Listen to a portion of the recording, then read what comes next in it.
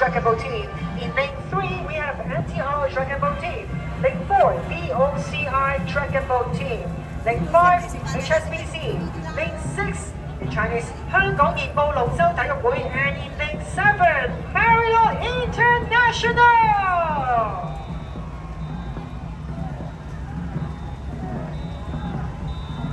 嗱呢一組咧，見到實力都相當之接近啊！見到呢6艘嘅船咧，亦都係差唔多平排咁滯啊！嗱，暫時我見到木沙咧2、3、4、5第5線嘅匯豐咧，亦都係稍為領先當中，緊隨其後第6線香港熱報龍舟體育會，而暫列第3位咧有好多啦啦隊支持嘅 Marriott International。進入中間250米嘅路段咧，極度需要大家嘅打氣聲音，因為一開頭講緊爆發力啦，而家咧就要考下佢哋嘅肌耐力啦。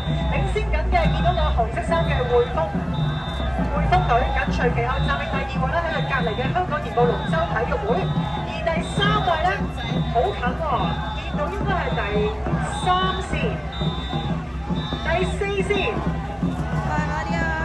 BOCI Dragon Ball Team 暫列第2位啊！嗱，呢一場賽事咧，頭3位咧將會殺入去準決賽啊，所以咧大家要俾啲力爭取最佳嘅成績。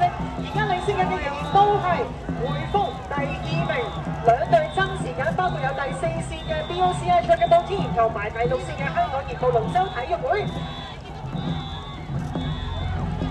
嗱，我聽到咧好多嘅吹雞聲啊！